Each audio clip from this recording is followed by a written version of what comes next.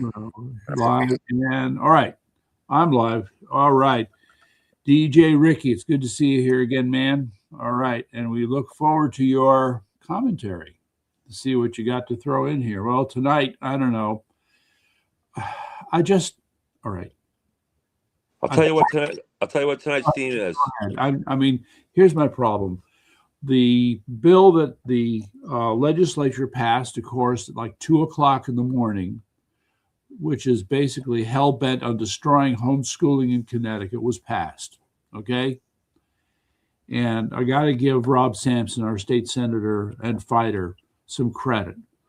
But I'm angry. I am beyond angry. We should all be irate. It's war. As far as I'm concerned, it's war. It's war. All right. The title of the email is Reason Failed. All those people who made their case were still ignored, and they've done this. Mm-hmm. I am pissed. Yeah. I am ready for fucking war. Whoa, I've never heard you swear like that ever. I'm ready for war, too. I'm with you 100%. I see the writing on the wall. I studied history. And this is an utter perversion of our rights, our family rights. Okay, but so I'm going to tell you right now, there's a good reason I sent you that thing called Simple Sabotage. I actually did read the first couple of pages of it, but I didn't have to. Okay, well, it's going to take some creative thinking. All right? But Okay. there are, shall we say, some tools in there, and I am not above stealing every single page from the liberals' playbook when it comes to being a pain in the ass. Okay, so before we continue, let me just say real quick, I am here with Common Sense News and Entertainment tonight. We don't have a Facebook Live, but we will be posting this on Facebook for record later. Yep. It is Wednesday, May 6th, and we did have an absolute disaster at the state capitol yesterday. Yes, we did. It's a nightmare, and I'm at my Connecticut Common Sense studio background today because my computer is being upgraded, and so therefore we're doing it. Yeah, and look, if there's a lawyer in the audience, if anybody knows a lawyer who cares about education, contact me. I know a lawyer that cares about it, and I'll have to talk to you about it off air. Yeah, no, this is beyond, okay? And here's the stupid part. I talked about this before. I'll bring it up again. In the middle of all this crap, now the state legislature goes, oh, gee, yeah, you know what? Yeah, that Department of Children and Family, yeah, maybe they're not so good after all. Maybe they got a lot of problems. So why are you sending kids to a hellhole? They're admitting it now that the DCF's not so good. Who is specifically saying that? Crafting this bill, their big solution was take the most incompetent, dangerous group of state agency people in the whole state, DCF, and now the parents are supposed to sign up with these people who don't know a damn thing about education. What are they doing? Okay, it shows they don't care. I'll just throw in the other one. It's kind of obvious, but just want to state it. It's called the Connecticut Education Association. Those Marxist thugs who run that education, the so-called the propaganda association, okay, sending the legislators to do their bidding. Well, maybe we need to just list out every one of these Connecticut General Assembly representatives that voted for this bill and just by name and just start parading their names around as Marxists. I don't have to tell you. It's Project Red Hawk, okay? I don't have to tell you, okay, because it's going to be about naming names. So I think, all right, if you really want to boil it down, it's going to be about somewhere around 10 to 15 Democrats who are the real bad actors in this whole thing, okay? Right, and it's always what I've said, the difference between the ones that know that this is evil and perpetuate it anyway versus the ones that, the larger group of them that are just drinking the Kool-Aid, just dumb. Oh, no. Yeah, well, all right, so there's going to be two groups here. Believe it or not, within the Democrats... Your graph. Hold on. Yeah. Predators and the incompetent. Okay, but here, what we're seeing is that there is believe it or not, this is going to be hard to accept. There's a certain number of these Democrats in Hartford who are sheep. They're sheep. Who ever thought? They're among the incompetent and the helpless. Well, they're easily scared into following the party line. You know, if they had a choice, they would kind of migrate over to our side, but no. Okay. So as far as I'm concerned, these in my mind, these are the weakest of the people in the legislature. All right. So in my mind, those are the first target. The problem with the ones who make up the established leadership, they're incumbents. They've been embedded for so long. Okay. It would take an extraordinary effort. But here's the problem. Let me just talk about it now. I'm sorry. I wanted to stay on topic and be angry. But I got I'm with you. I think, then you're right. The ones that are drinking the Kool-Aid, those are the ones you're talking about. Okay, but here, all right. Now let me deal with political. That's the pressure. Okay, let me deal with political reality for a minute here. Okay, we've talked about analysis. We're going to have to take time to do this in some fashion. Okay. There isn't much time. That's the thing. There's not. And God's telling me to hurry up. I get the message. All right. So when you look at election results, okay, so let's say you have an election where it's a 51-49 split. So that's a 2% difference in the margin of victory. And we would call that a close race, right? Sure. Okay. So we look at the numbers and we just say, and by the way, what further adds to the temptation is that one vote is like two, right? Because when you take one from one column and put it in the other, not only have you added to the one and one, but you've decreased the other. Right. The deficit has gone from 2 to even. Okay, so one switch. Boys, that makes it look like, hey, this is doable. Well, it's not. All right, at least in terms of what I've seen. And here's my problem. I'm going to say it. Got to go down another road. Don't want to go to the road, and we're going to this road. Election fraud. Okay. The games that are played. I have looked at so much data when it comes to election results, and I can't help but detect patterns in the numbers. Things that make you wonder. Okay, well, I brought up this other thing we talked about a little bit. This goes back to Tina Peters. Everybody out there is listening. tinapeters.us. Go there. Parallel. Oh God, I can't remember what it was. Parallel directed motion or parallel. Yeah, parallel directed motion. I think is the term. There's a guy. He's done several videos. It's on Tina Peters' website, and he explains that the data he looks at, and this is amazing. Okay, you see voting patterns where there'll be a jump or a drop in the rate. He said, when you look at ballots, you have to look at that in terms of time. Okay. How many minutes or how many hours? What are the voting patterns as a function of time? Now, how you get that kind of data, I don't know, but he got it.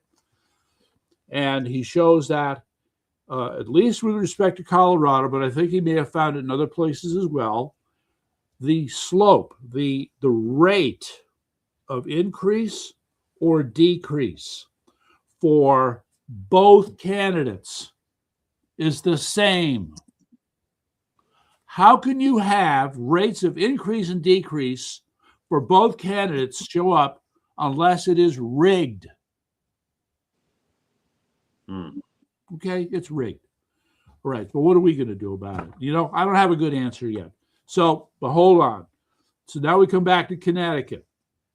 So we don't have any data like this on Connecticut. And let me just add parenthetically, part of what really screws up our ability to deal with election integrity in Connecticut is the fact that we have this incompetent hack named Stephanie Thomas, who's supposed to be our Secretary of State, but she's really Secretary of the Democrats. Okay, well, there's a game. It's a wonderful game, all right? So let me explain. There is typically a variance between what the registrar finds, okay, in their town. The state of Connecticut is supposed to summarize all the voter enrollment data and come up with one main number. But then when they break it down, what the state comes up with is different from what the town has.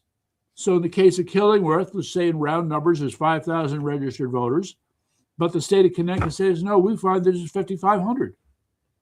Well, who are these other 500 voters? They don't have an explanation, but guess what they do? They point their finger. Some of you folks here have not heard of ERIC, ERIC. I think it's the Electronic Records something Commission. All right.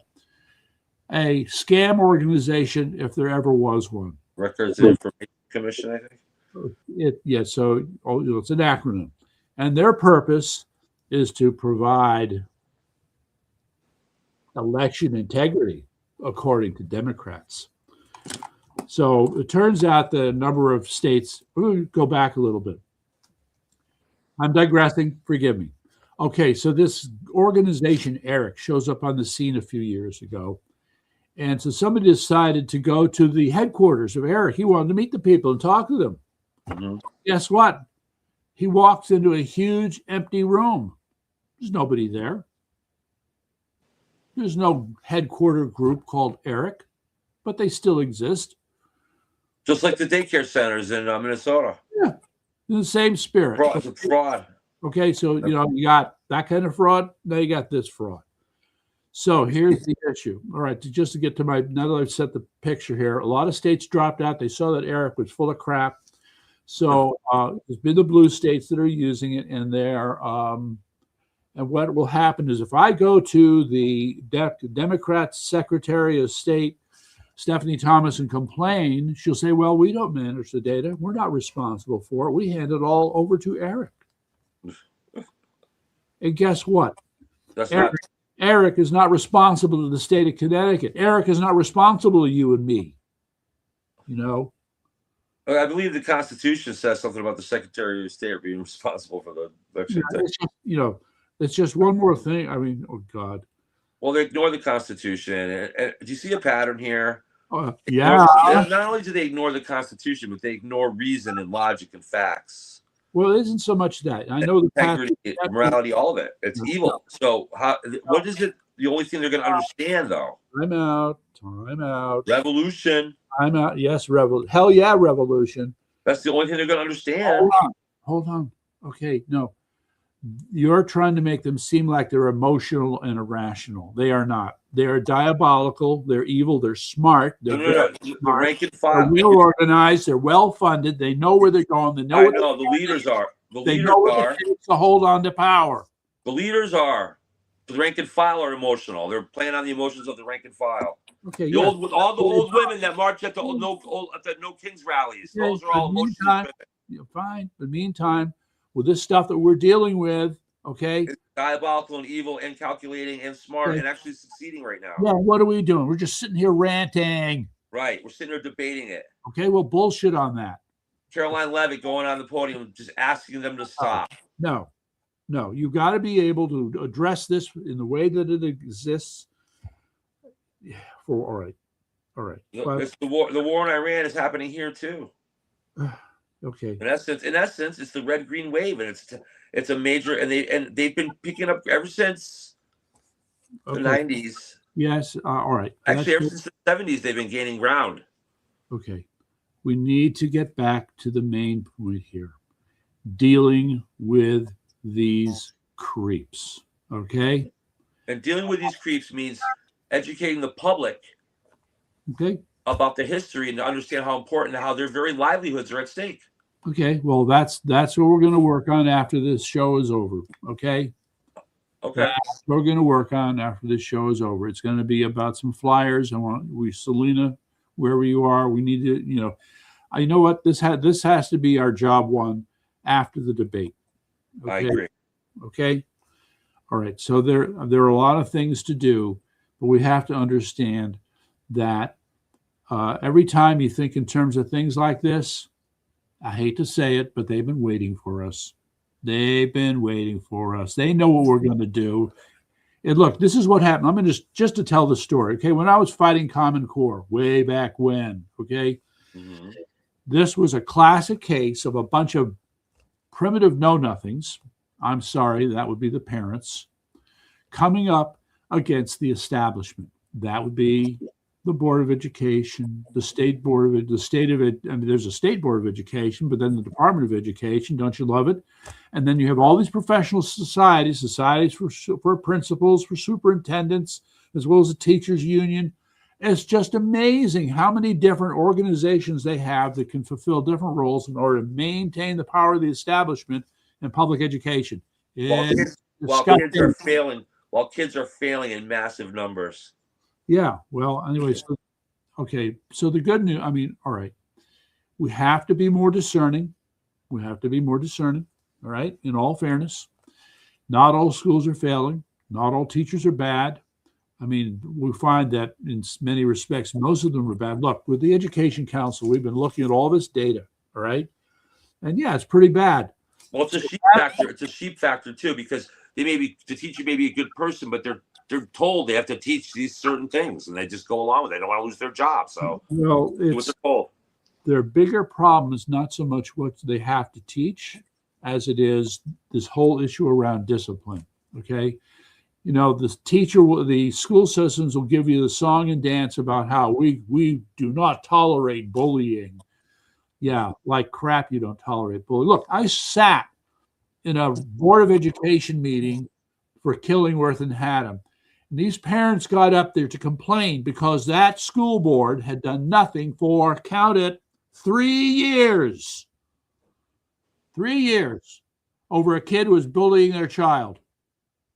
And if anything, the school system was favoring the bully, not doing anything for the kid who was being victimized. Mm-hmm. That pattern repeats itself over and over again from school district to school district. And that's just for openers, okay? Right? We haven't even talked about the other forms of discipline. These people have lost their minds. But you want to know who the real bad actor is in this whole story? Even though now, thank God for Linda McMahon and President Trump, we're beginning to disassemble the goddamn U.S. Department of Education. Mm-hmm. Not enough. Okay? So, you know, things are being reassigned, and, you know, they've stopped DEI guidelines coming from the federal government. You got a lot of state departments to say, screw you, we're carrying it on anyway. The blue states like our own. Especially. Okay. So who is the head of the teachers union in Connecticut? Do we know who the head of the teachers union is in Connecticut? Well, she would be a card-carrying communist. So that I'm pretty sure. All right. So I don't know her name. We can certainly find it out. Let's take a moment so we know who to find her. Talk to her. Yeah, well, we'll get the usual song and dance from them too. I don't think teachers should even be a member of a union. It's a conflict of interest. They're public servants. Public servants should not be in unions. Period. Yeah. Let's see here. Pay them well. Pay them fairly. The taxpayers are fair people, and we could pay them fairly. They'll be treated fairly. You know, the original idea behind unions to begin with was to stop excessive, unregulated robber baron bosses that were treating their employees like crap. And there was an issue of that in the early 20th century. But I have to have membership authentication to find out who their leadership is. Don't you love it? Don't you love it? So it's all secretive. This is amazing. Yeah, exactly. That makes it even more enraging. Yep. They're taking people's money and doing this shit, and then you want to find out more information. Now put up these walls you got to get through. Yeah. All right. So, well, teachers, a union is technically a private organization, so you can't FOI them. You can't, you know. Okay. I'm going to ask. Hold on. Got to check this out here. I think they are private organizations. Is the Connecticut? That's what makes it a conflict of interest. That's why it should. Education Association. The era of the union is over. Unions were here to check unchecked. There was, unions came into existence before there were enough regulations to, like the 40-hour work week, whatnot. Unions served a purpose. They're no longer do, other than corruption. Okay, that's interesting. So the CEA is yet another type of nonprofit called a 501c5. Oh, now I'm really going to be confused. Okay, so 501c5 is about collective bargaining, advocacy. Yeah, all the stuff they do. Private organization. Yeah. So, all right. Okay, I come back to the same thing. And I'm telling you right now, just to be clear, this has only begun. I do not believe for a minute that Governor Lamont is going to sign this bill. I mean, he will sign this bill, and then he will. I don't believe he'll veto it. No, doesn't matter. I mean, he's okay. Yeah, he will. Okay, so there are two areas here. One is, all right. Well, here's my shout is going to be this. Defy the bill. Do not comply. Do not comply with the bill. Ignore it. Okay. Do not sue.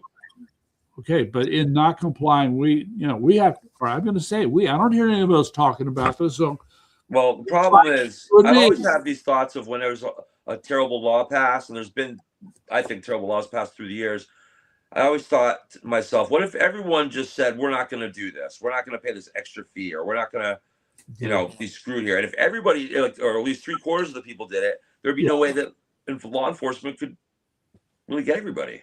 Okay, well, in that. All right. But if you never act together like that, and that's one of the big problems. In this case, I think it's possible. Okay. I do. I think we're getting closer to that. I do believe 6,000 testimonials against the bill, and they've all been kicked in the face by the legislators and next the governor. Okay, they're going to remember one of those 6,000 people. Then you should be talking to your friends and family, and so we have 60,000 next time. All right, so it isn't about the 60,000. Okay, right now it's about organizing to fight back. Okay, yes. Right. The numbers will follow. All right. So this is what I need to figure out. Just, It's frustrating. I'm frustrated with you. Yes. I'll just make a comment. For some reason, education is just very important to me. And I remember we were having dinner with some friends, and I was just carrying on. And this woman looks at me and says, "Why do you talk so much about education? Why do you care about it so much?" I said, "I don't know. I don't know." Because it's so important. It forms the minds. Look, the minds of our kids.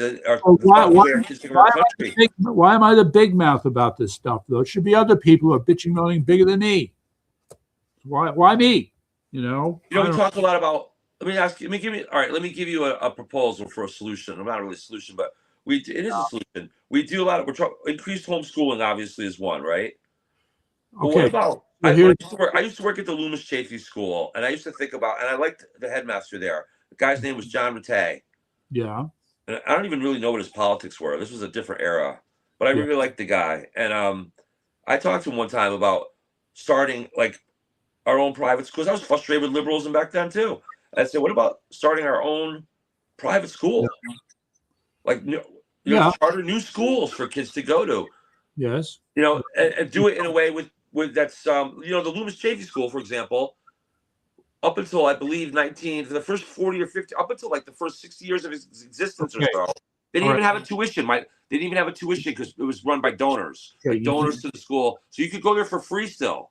Are you aware of how many homeschooling academies have been formed just in the last 3 or 4 years? More, hopefully a lot. Tell me. Yes, there have been quite a few. And so here's the problem. If I may, that's why they're reacting. All right. So I went to this. There was actually like a trade show for homeschoolers at this church in Meriden. I've been to one, and they happen every year. But what I find is it's kind of a mix, and maybe 200 or 300 people seem to come through there. There were maybe 20 or 30 vendors of various kinds. And so I'm looking at this thinking, maybe the homeschooling community isn't that big. But then last year, right, in May, thousands of people showed up to fight back. Okay? Yeah. And they had a huge response in September when the idiot Corus Perry wanted to interfere with homeschooling. Mm-hmm. And now we've had all these people show up to testify against it. So it is damn clear that there's a big homeschooling community in Connecticut, and certainly big enough to make those asshole communists nervous. Good. And all of those of you who are doing it, this new rules, I would just not comply with these new rules. All right. Your point has been made. I understand. Okay. But again, it's to just sit there and say, I'm not going to do it. So they're going to pick on people and make examples out of them. All right. Yeah. We got to have the support services in place, the lawyers, the PR, all this stuff. We're not going to let them get away with it. No, can't. Right now at 9:31 p.m. on May 6th, we don't have that, but we need it. Need it quick. All right. Anyway. So why don't we form our own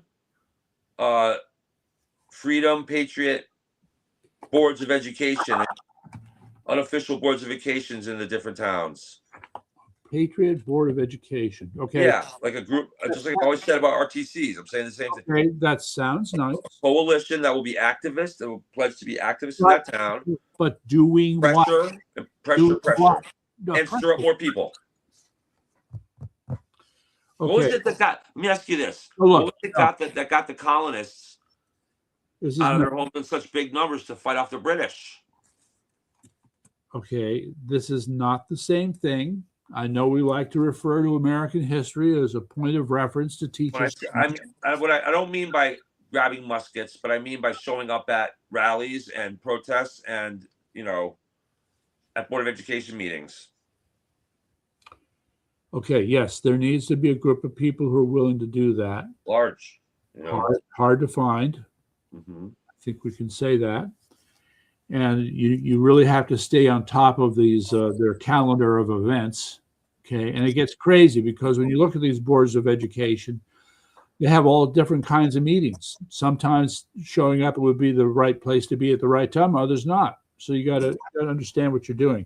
And it isn't just that. Okay, by the way, that's the easy stuff. Right? We have to rethink the whole idea of what it means to bring pressure on these people. Right? And while we're busy bringing pressure on them, meantime, what's going on? The kids need to be educated. So the homeschooling people are doing what they can. And I have to admit, I don't have a good grip. I do not have a good grip on just how these people are doing. All right. And I need better information. I'm going to say, you and I have talked about wording in the past. And I think wording, this is one of the weapons that the Democrats, and I'm going to stop calling them Democrats, the Marxists and communists use against us, okay? Mm-hmm. And wording, and we've talked about this before. They take a word like communism, they know that has bad rap, and they twist it around, call it progressivism, okay? All right. Why can't we do the same thing? Look, the word conservatism, let's face it, so many young people as minds have been poisoned with the word conservatism. No. A lot of young people have, Cora. Maybe not the TPUSC people, but a lot of left. So why not? It's about labels. Okay. It's a little bit about labels. Why can't we call conservatism Americanism? Because conservatism is Americanism. All right. Here we go again. Labels don't mean everything, but they're important. Okay. They shouldn't be, but they are. Okay. What I'm trying to tell you is that you need to read the ingredients. Not just look at the label, read the ingredients. I understand. Okay. So that's where the fight is. But you do it all. So reading the ingredients is to go after them. So there's been a certain amount of pushback. We need. All right. Court, what about all the people that are only looking at the label, though? We got to talk to them too. Yeah. Okay. So draw their attention to the ingredients and make sure they understand. Okay. If I went to a house, typical house, door to door. Let's say I'm in Mansfield over here. We're only a few miles from Yukon here. Mm-hmm. Say I went to a Mansfield house in the suburbs, and I went inside and I sat down and I wanted to talk to the family about conservatism. About kicking me out of the house. Oh, let's see here. Let me just checking in here. What's going on? We got. Wait a minute. What if I went in and I said, wait. We got a new entrant here. Connecticut Livecast. Do you know anybody named Connecticut Livecast? No, but it sounds interesting enough to me. Yeah, they're checking in here. Well, welcome. So what's this no stuff? Look, I've had it. Why aren't you talking about State Central? Oh, please. What? State Central. Okay, look, Mr. Connecticut Livecast. Yes, we are more than. Wait a second. They want us to talk about State Central? Okay, Eric, is that you? Geez. It looks like you got another name here. Hold on. CLC. Someone told me to tell you that. Oh, okay. Even funnier. Someone renamed them. So, yeah, I think that's what it is. But all right. Since they brought up State Central, look, we're coming back to this whole thing here. The whole political culture in the state of Connecticut is one unholy mess.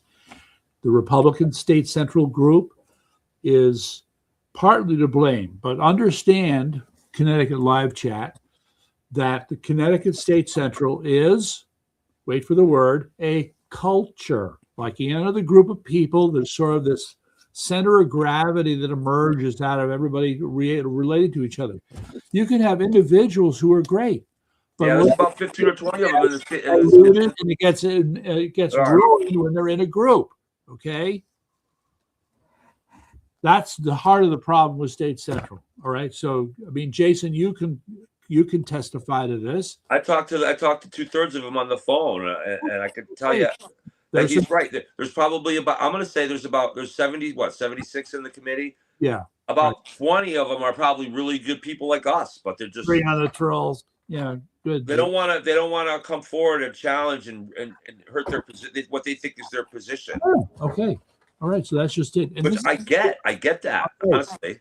All right. Well, there has to be something that gets around it. This is the same problem in public education. Yeah, you know what it is? Turn that 20. Everybody's afraid of everybody else. You make sure that 20 to 25 turns into 38 to 40 to outvote, to overtopple. What are you saying?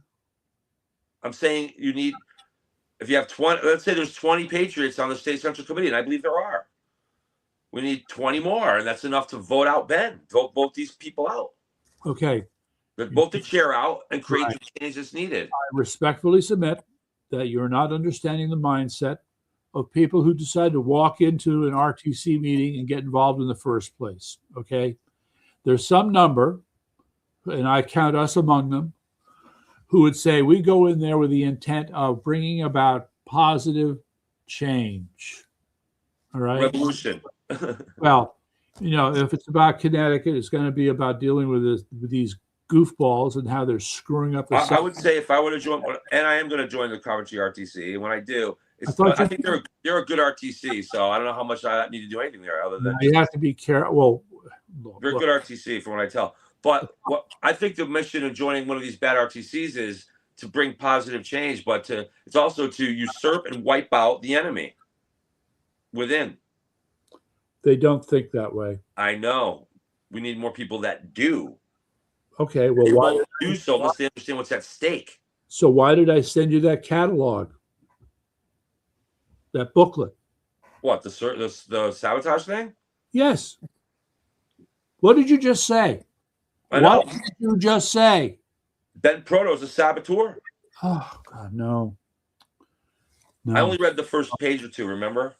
All right. Well, it's not good enough. Okay. Okay. Well, you know, I only have 24 hours in a day, my friend. I'm going to go back to a comment I just made earlier. I am not above ripping out pages and chapters from the liberal playbook when it comes to being a pain in the ass. I'm not above using rules for radicals against the radicals. Not above. You have no choice. Isn't that what war is, really?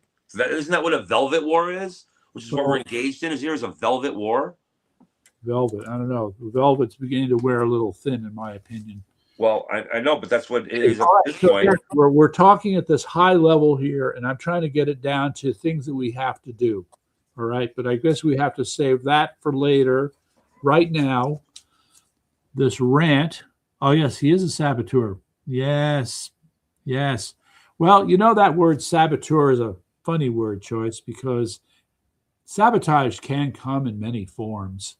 I don't have any specific examples at the moment, but I will refer you to many a movie where it might be a little comedy gaffe or whatever, but somebody pulls some trick that constitutes sabotage. All right.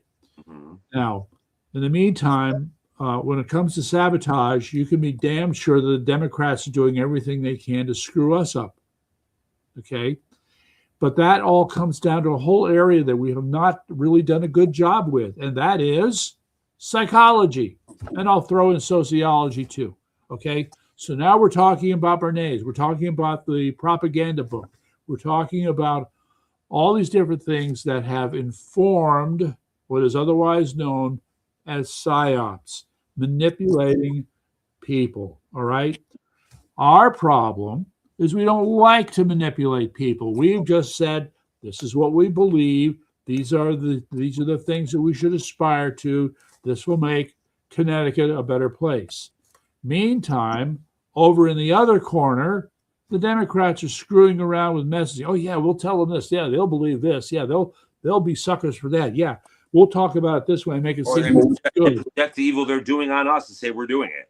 That's what I'm saying. Yeah. That's what I'm saying. You know what? We don't need to manipulate people though, because all we need to. What I always say, it's appropriate to fearmonger, because fearmongering.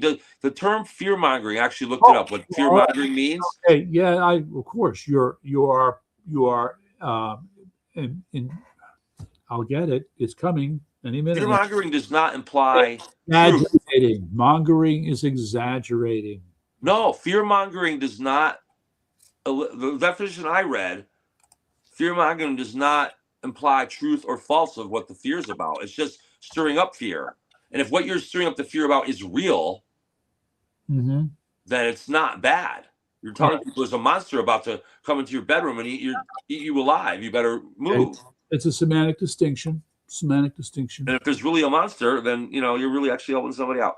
Right. So the bottom line is, I'm going to say it again, if you're a father, you have kids, grandkids, if you have a family, you have a house, you want to protect it from, all your rights being taken away and be living under, oppression and starvation, frankly. That's one of the things. Remember, we should remind people what Joseph Stalin did.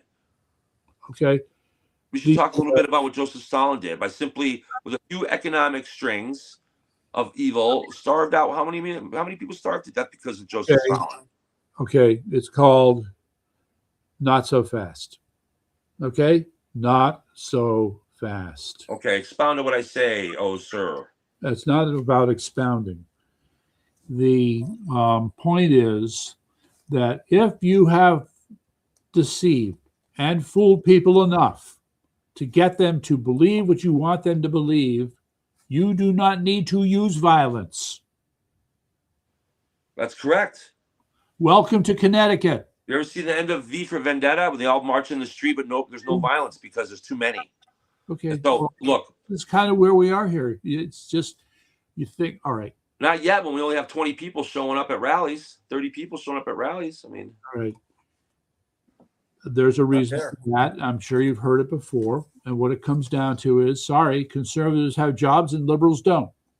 Okay. And we're busy and they're not. Okay. So they can show up at No Kings rallies and act like even on Saturdays, people don't show up. Well, for No King. Oh, the No Kings rally, they pay their people. So they get more people, they pay their people. And they scare, they're very good at the fear mongering. Okay. I don't know. I don't feel like you're focusing on it says the big picture here, but you're not really focusing on the big picture here. There are people who plan. There are people who conspire. There are people who work together in order to get what they want politically. That it should be the focus of the conversation. Isn't that what we are trying to do, at least? Not really. Not in this conversation.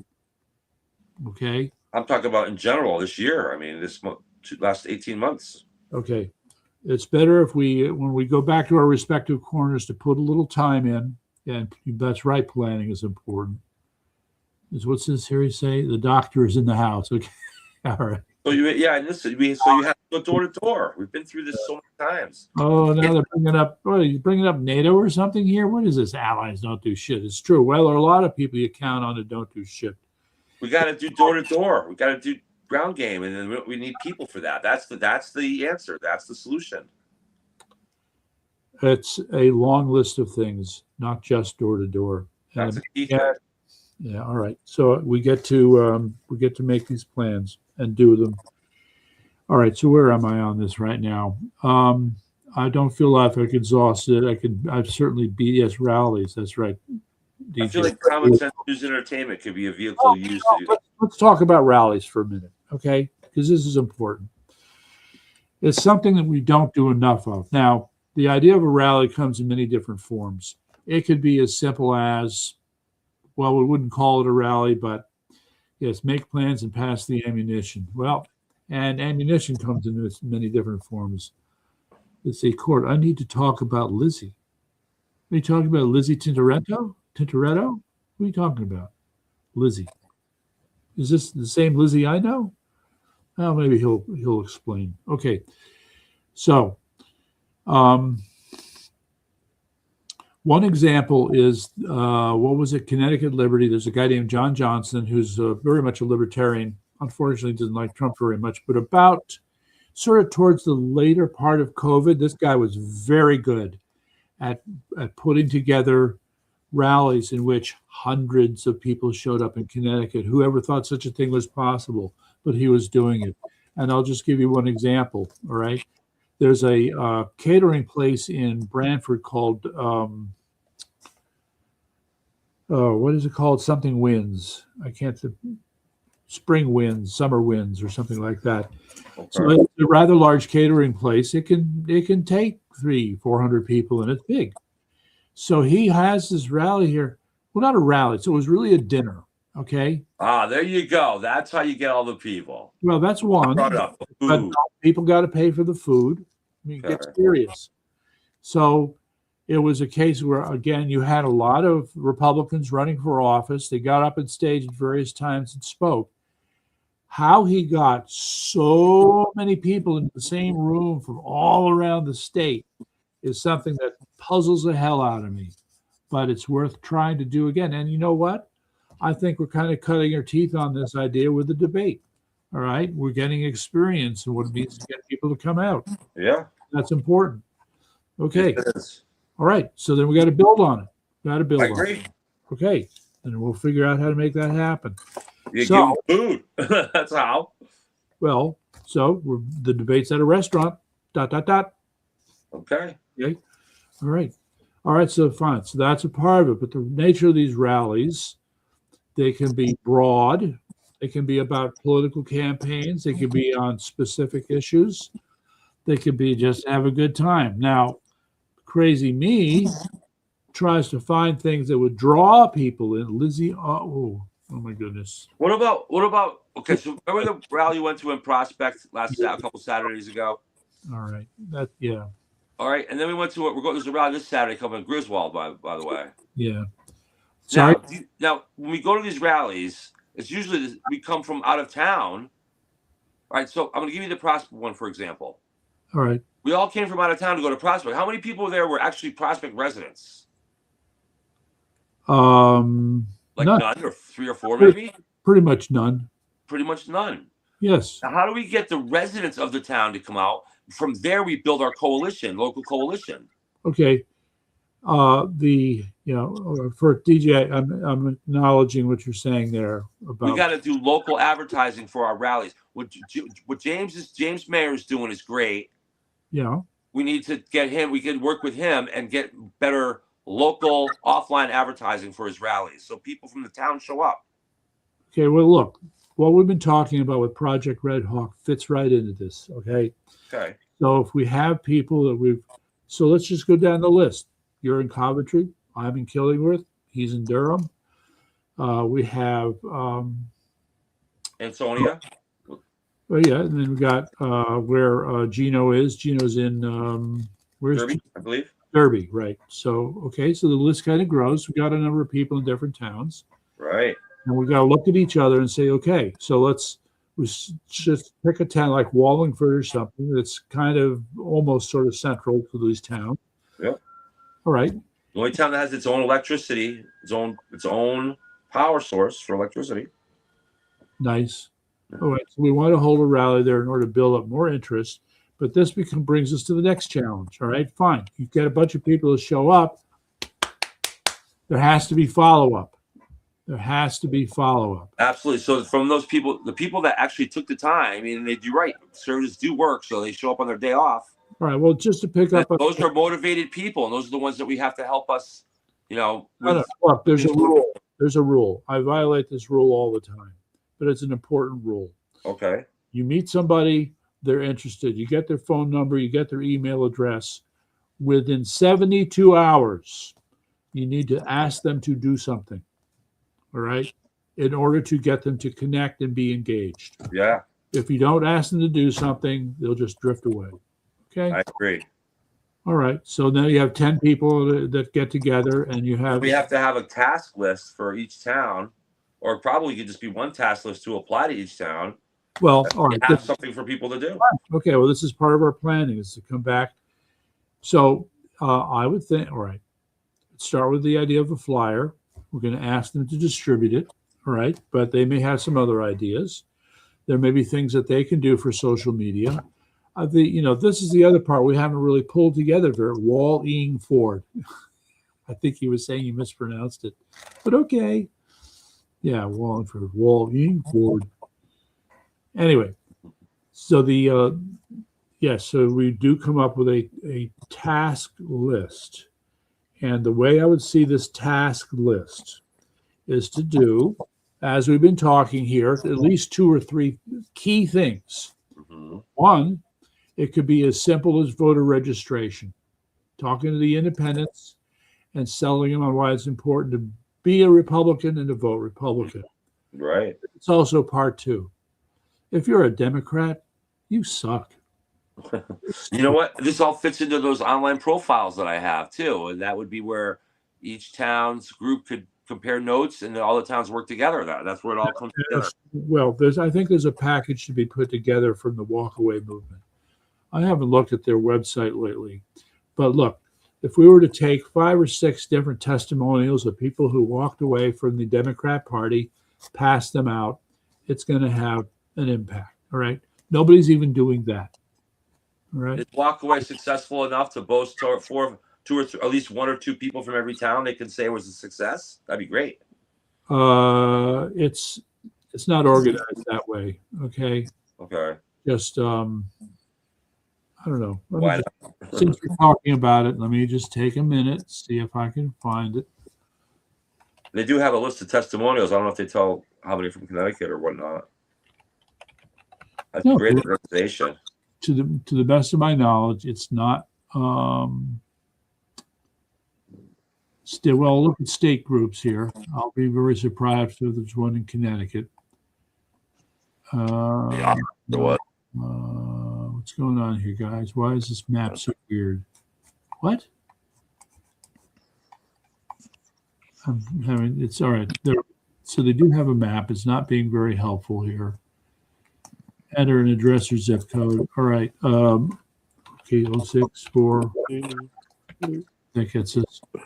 Oh, looks like there might be one. Who's this? I still can't believe I didn't see Wong, the interview, or Tong, or Wong, whatever. Somebody has Walkaway, Connecticut, in Newington or near Newington. No, it's Berlin. Okay, that's encouraging. Okay, well, I'm not getting. Sorry. But it doesn't tell me. All right, view website. Let's see. Should have left it the way it was. Oh, so there is a. Whoa, hold on. Not so fast. Not so fast. What you got? What you got? You clickety-clacking over there. Walkaway, Connecticut, private group, but with 739 members. Oh, link up with those. Send me a link to those people. Okay, it looks like I've joined and I didn't even know it. You're in Lake Flynn. Yeah, okay. Well, so here we are. And here we got a guy, Congressman Randy Fine. All right. Yeah, I got to look at this later. There's more to this than meets the eye. I like it. All right. So get some testimonials. All right. So, but no, there are all kinds of people here to hook up with. Oh my goodness. You see, this gets back to the other thing I was talking about. So let's just take Facebook, for example. I have my friends. All right.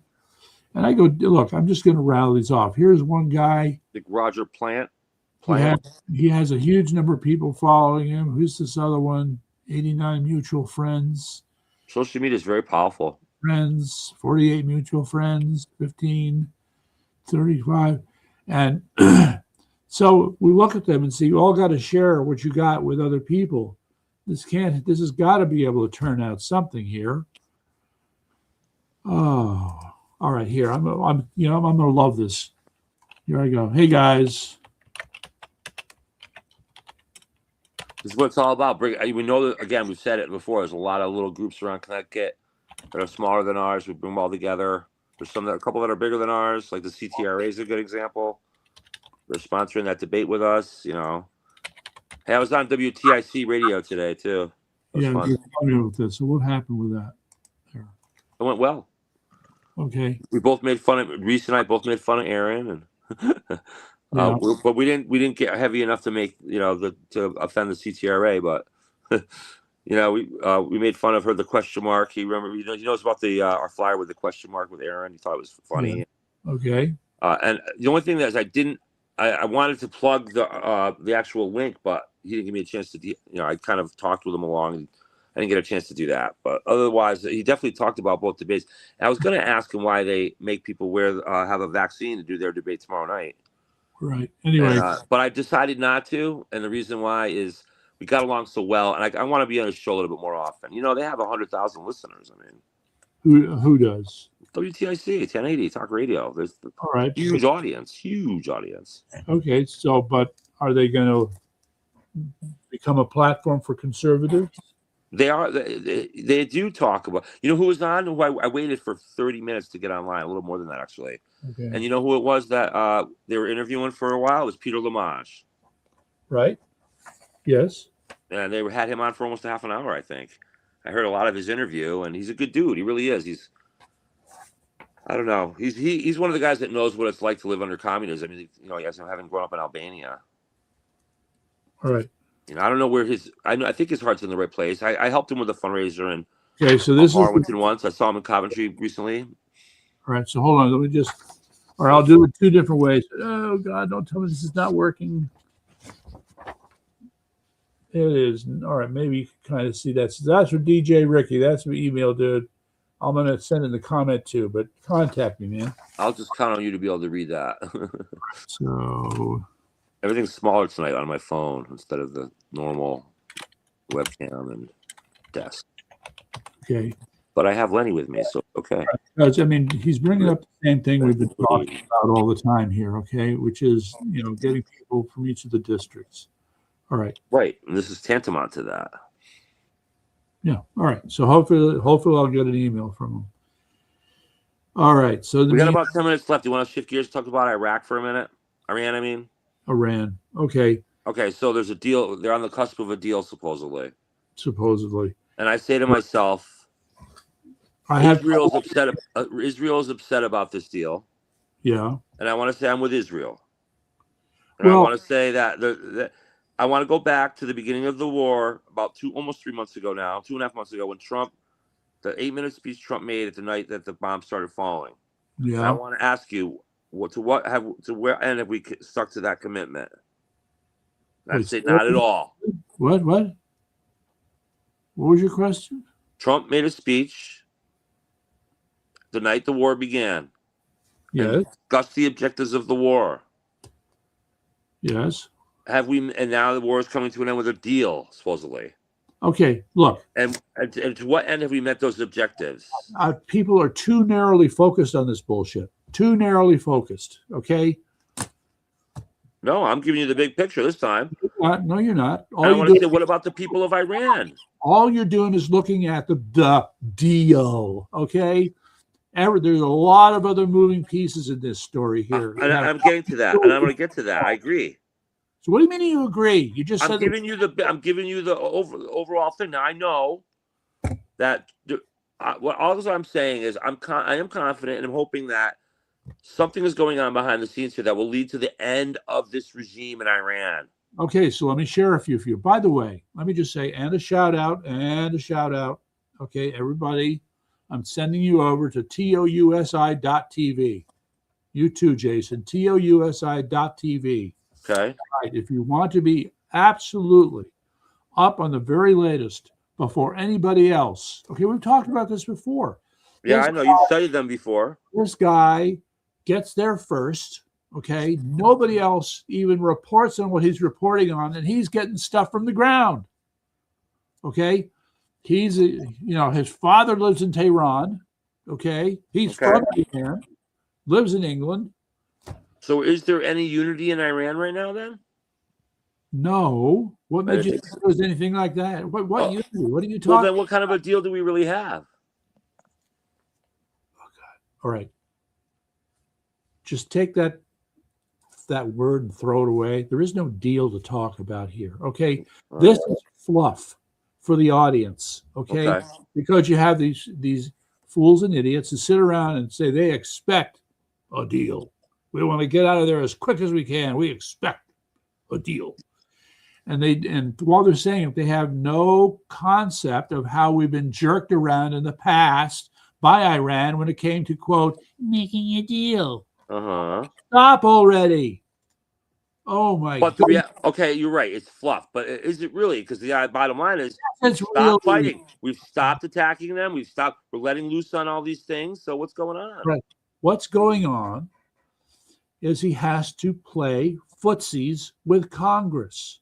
Right. He can ignore them. I mean, there's the War Powers Act. Are you familiar with the War Powers Act? Somewhat, yes. Okay. Well, what's one of the features of the War Powers Act? That if the conflict goes on for more than just okay, got it, DJ, DR, got it. Lenny's going to war. Lenny's going to war. Right. No.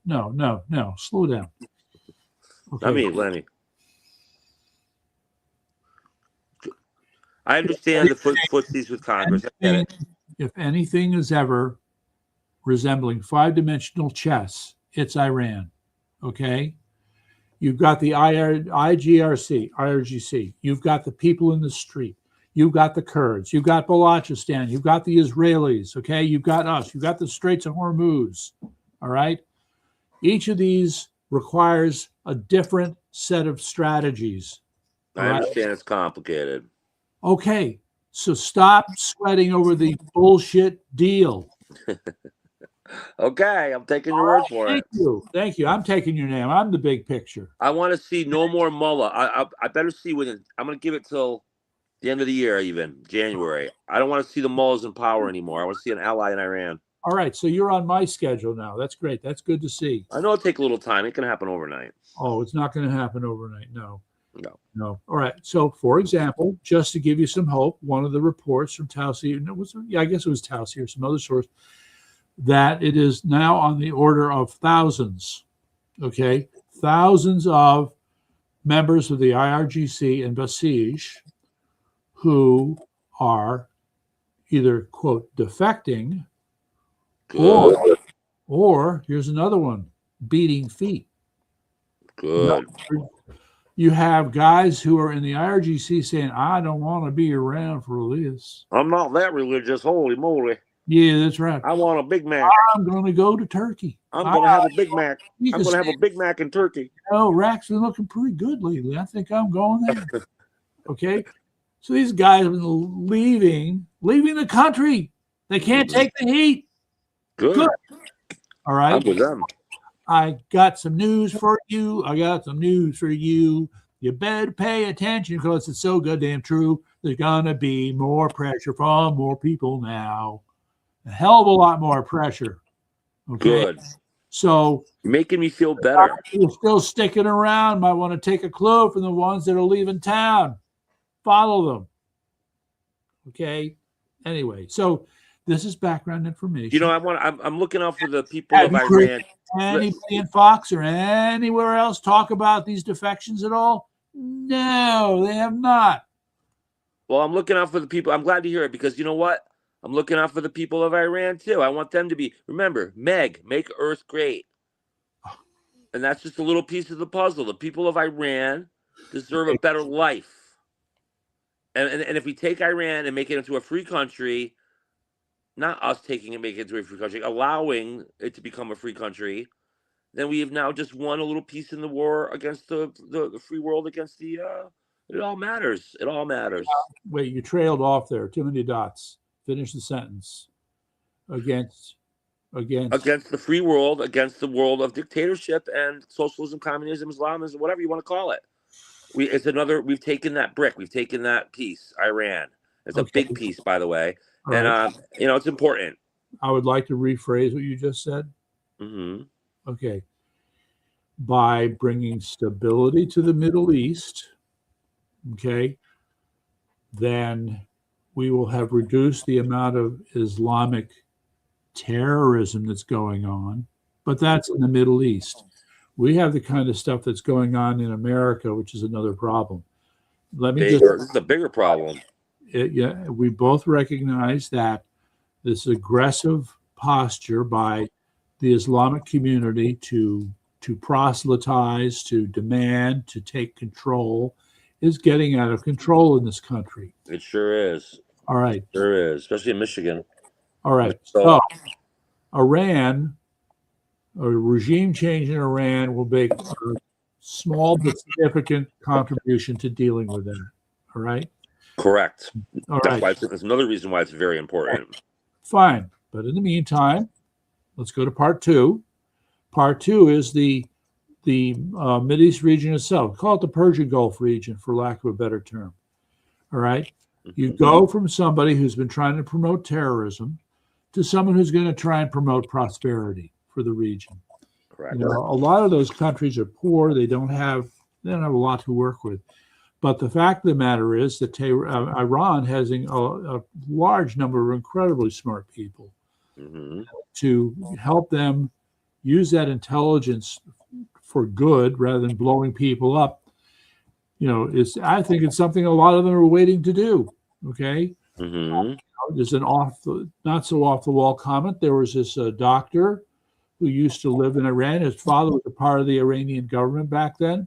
So he's being interviewed here in Los Angeles, where there's a huge Iranian community. And people were asking him, look, when we take over, will you come back and do what your father did with respect to the health system in Iran? He's ready to go. He's ready to go. Great. Okay. So right. but can you agree? I think that even though it's a lot of fluff, that there's going to be some kind of announcement probably in the next few days. That there's a deal. Let the dancing continue. Okay. But so what's going to happen after that, I guess, is what we're talking about here. All right. Well, this I don't deal or whatever. Want to sound negative, but this is where I'm going. All right. I believe, all right, we've lined up all this equipment. We've shipped in all these munitions and stuff now over the last several weeks. It's all in position. President Trump has been warning them that if they don't get their act together, we're going to have to bomb them bigger and better than we ever did. I think that's what's going to happen. We're going to end up bombing them better than we ever did. Okay, so part of it is, remember the word retrenchment. We talked about retrenchment. Yeah. And yes, this is the moment where you see, people look at it and say, well, this is stupid. Why are you letting the IRGC, dig up their launchers and missiles? And we're twice as loaded as we were ourselves. And their defense systems together and all this stuff while the Chinese and the Russians are sneaking more shit into their country. Why are we doing that? Ladies and gentlemen, I wish to inform you that we still have the upper hand in Iran, even if it does not appear to be the case. And if for no other reason, then I would like you to consider at considerable depth is our capacity for surveillance and collecting intelligence. I think you may have failed to recognize that there is more coordination going on between the folks that are in there. That is to say that there might be communications between ramping up our intel and the CIA and the Department of Defense and anybody else that has anything to do with butt fucking the Ayatollahs. Okay? So don't get too excited just yet. Just saying. All right, with that, I'm ready to wrap it up for tonight. Are you ready for tonight? Almost. So the point is, let's see, what is it I want people to think about here? It's a fluid situation. Revolution in America, in Connecticut. Do not make appearances. There is so much going on in the background. We do not even have a clue. Okay?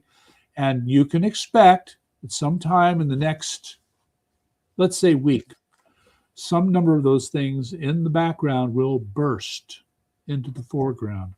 And it will not be good news for the Ayatollahs or anybody else who pretends to be running Iran at this moment. We shall see, and I hope you're right. Okay, so that said, the other part we haven't heard from Prince Pahlavi for a while. Okay, so look, once again, just because we haven't heard anything doesn't mean nothing's happening. No news is good news. Quite the opposite. No news is good. No news is good news. Well, no news in this case is that they're carefully planning and putting everything together.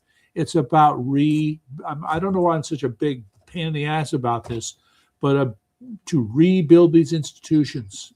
It's just like, all right, here, this is my big digression. Forgive me. When the Ayatollah took over, Ayatollah Khomeini, back in the 70s, they looked at the existing Iranian army and they said, we don't trust them. So this is so weird. I can't even imagine this. But they went ahead and built their own army that we know and love today as the IRGC. Mm-hmm. And then they built off these branches, the Quds Force and the Bashir, okay? And that's been their military security force from day one, while the Artesh kind of has been treated like shit the rest of the time, okay? So don't be surprised if paybacks are going to be a bitch. Just saying. All right. So, all right. So the point is, all this stuff is going in the background. All right. So it's still kind of early in the game, in my opinion. Let's wait and see. Yeah. All right. So let me just make sure I'm not leaving something out here.